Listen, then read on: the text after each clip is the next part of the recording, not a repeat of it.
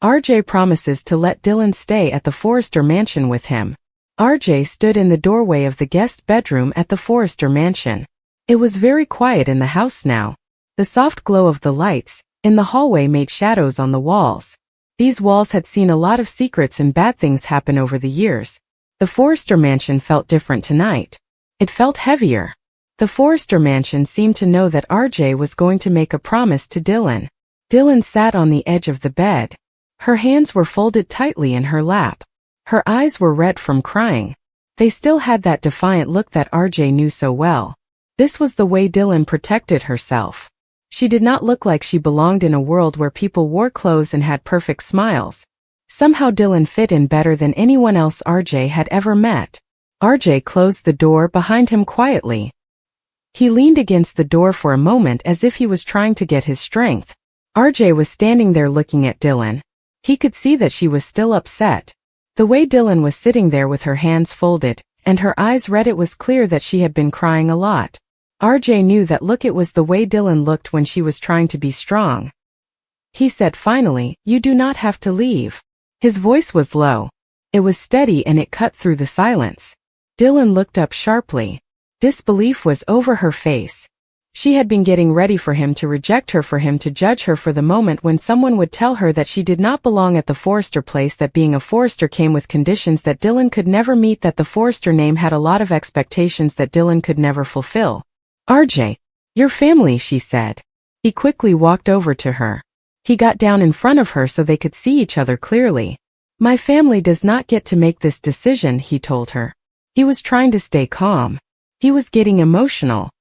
"I make this decision. I want RJ here with me." What he said was very important. It was like he was throwing her a rope to grab onto when she was in trouble. Dylan's breath shook as she turned away, memories flooding her mind. All the time she had to run from one place to another, never staying in one spot enough to even unpack a suitcase. She always had to be ready to leave before someone could leave her behind. The thought of staying in one place, this place was really scary.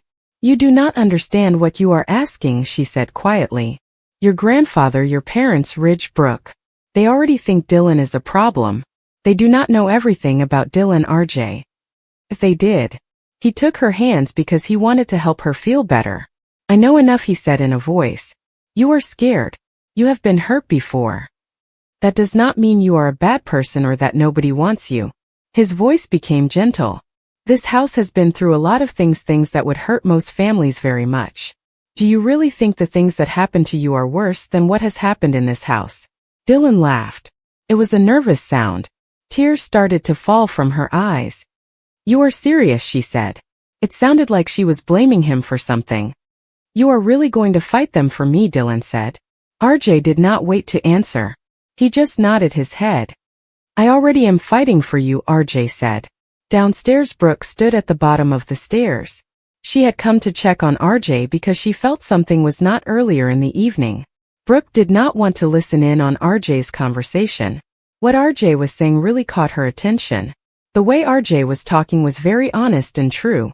This made Brooke stop and listen. Brooke put her hand on her chest. She saw the kind of strong loyalty in RJ that she had seen in Ridge many times before.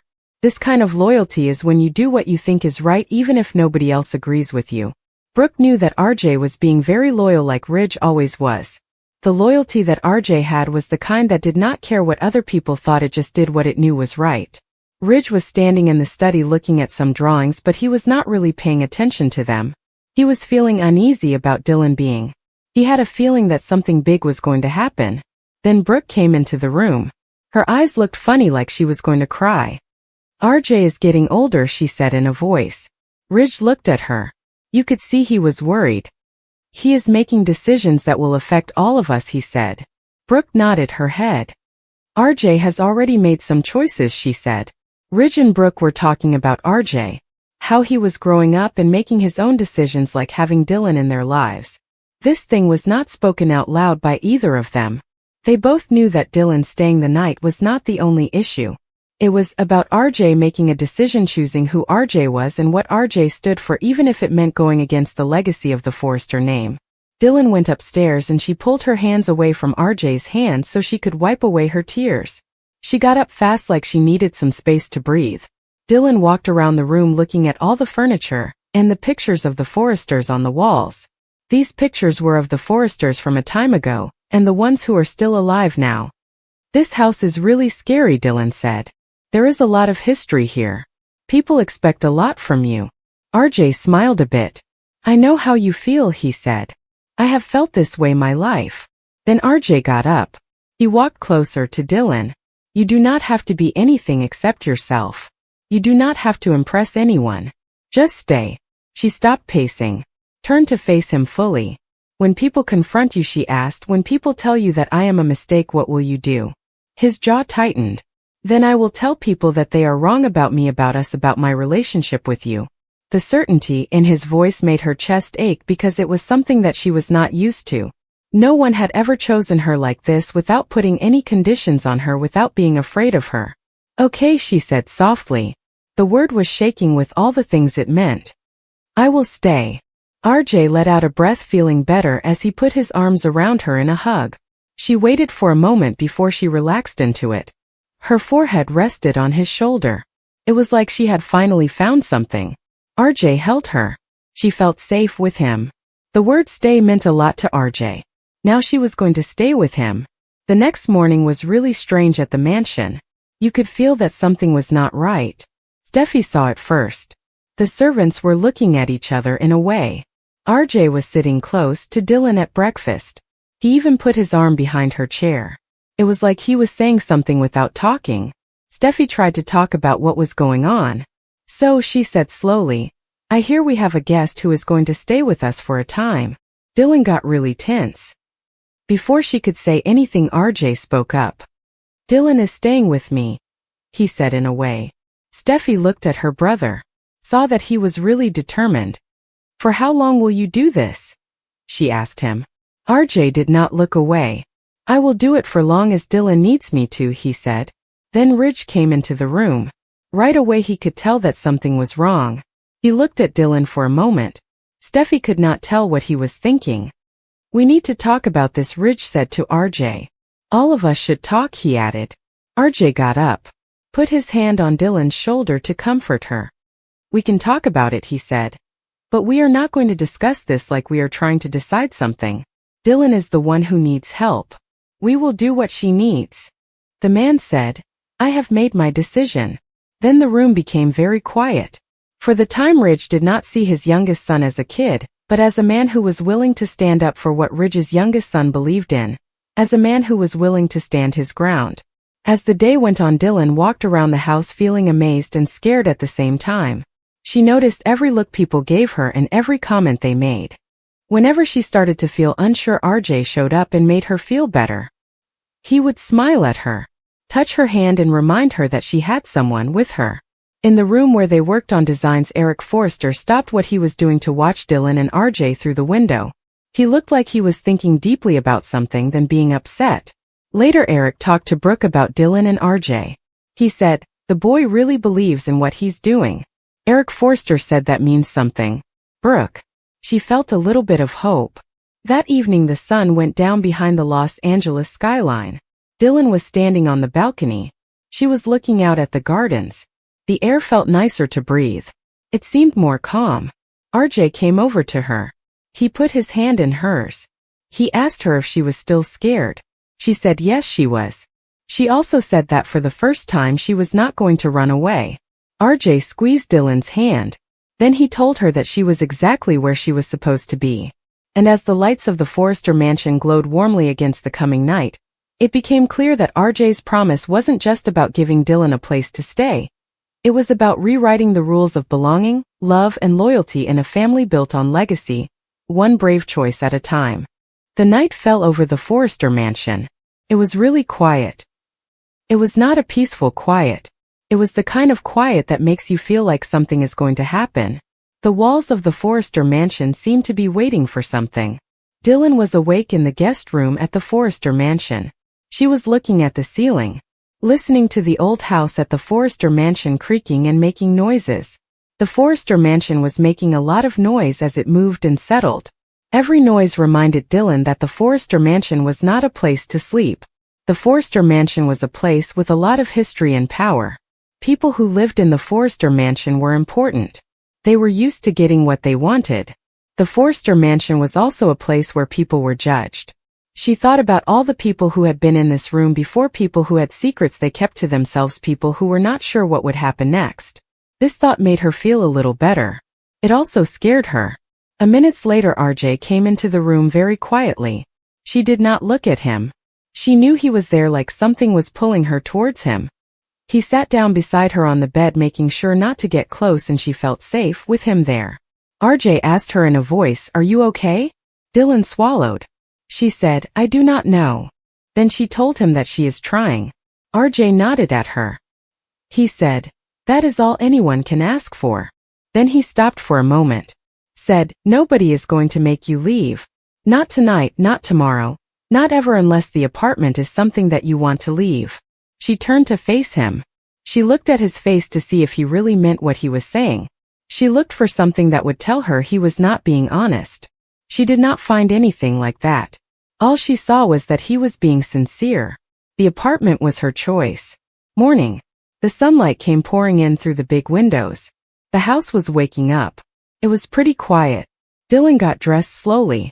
She picked out clothes that were not too fancy and not too plain.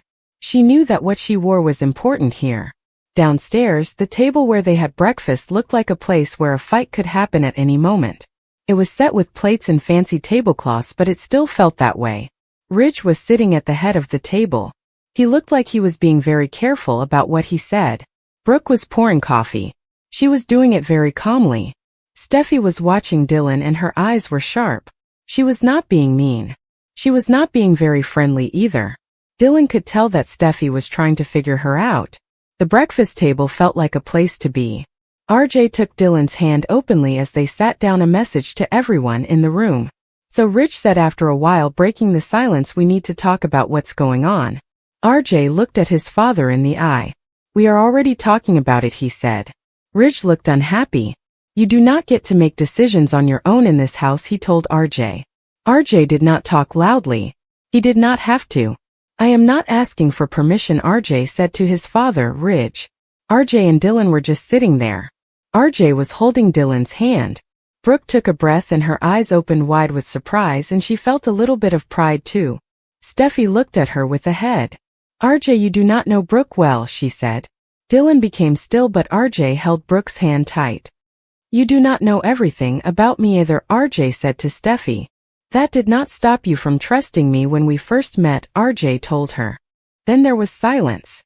It felt heavy and uncomfortable, like something big was about to happen with Brooke and RJ and the others. Later, Dylan was by herself with Brooke in the living room. Brooke looked at Dylan carefully, like she was trying to figure something out. "You remind me of someone," Brooke said in a voice. Dylan looked up at Brooke. "Is that a thing?" Brooke smiled a bit. "It depends on who you ask about it." She stopped talking for a moment. RJ cares about Dylan. That means a lot. But the family Dylan is with, they do not deal with secrets well. Dylan's family has a time with secrets. Dylan felt her chest get tight.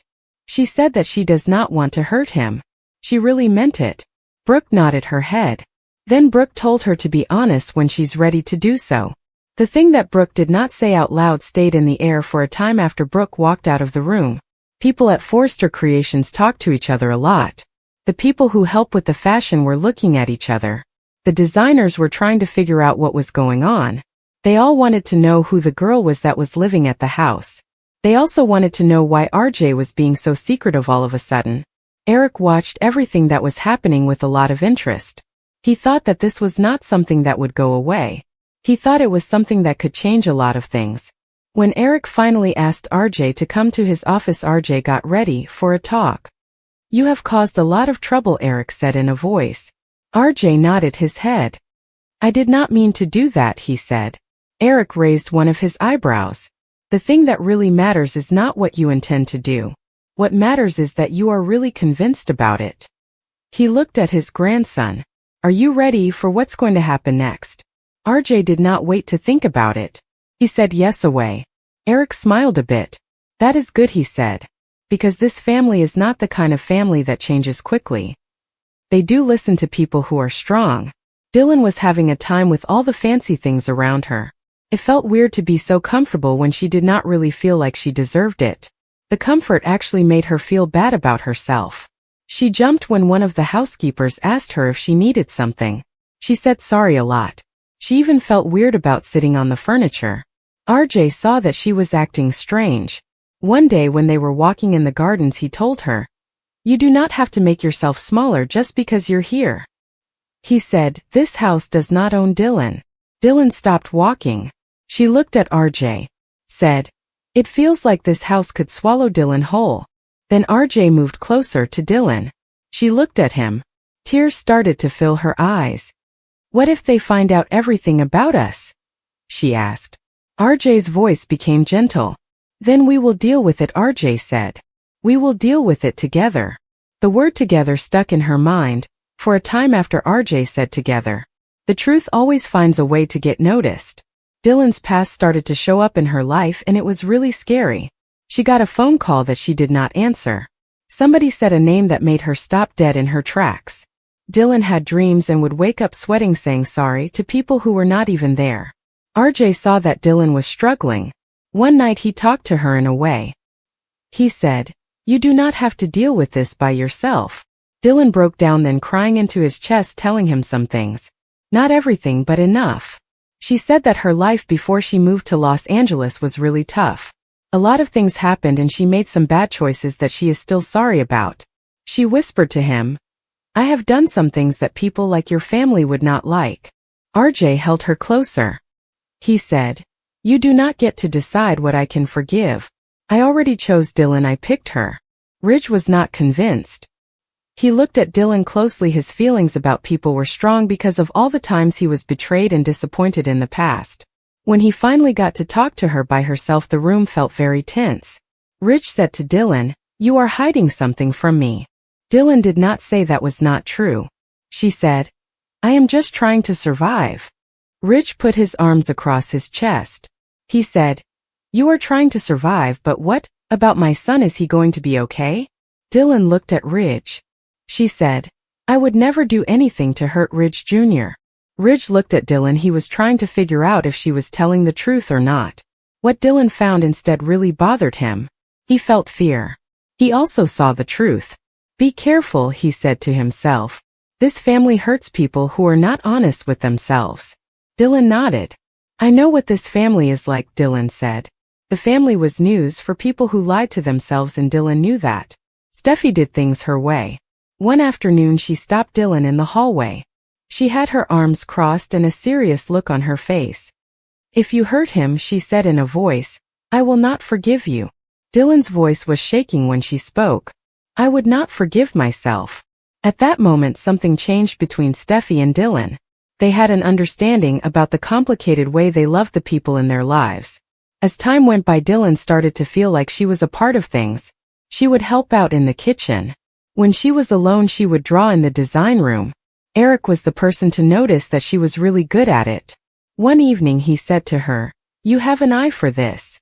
He told her, "You can see the feelings in the fabric." Dylan turned red because she was surprised.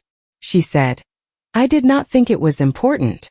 Eric said, "It is always important." RJ was watching from across the room. He felt happy and proud of Dylan. He thought to himself, Dylan is really good at this, and it made him feel good to see her doing something she's good at. Peace does not last long in the Forrester world. Someone from Dylan's past showed up in Los Angeles. This person was not seen. They were definitely noticed. A note was slipped under the door of the mansion. The name on the note was written in handwriting that Dylan knew well. When Dylan saw this, she felt really scared.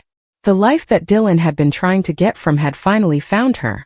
The life that Dylan had been running from had caught up with Dylan. She was standing in RJ's room that night. She had a note in her hands. They were shaking. RJ had made her a promise. She had said yes to this promise. Now this promise was going to be tested. It was going to be tested in ways that RJ and the note did not prepare her for. The promise that RJ made was really going to be tested. She looked at RJ asleep and peaceful, and wondered if staying had been the bravest thing she'd ever done, or the most dangerous.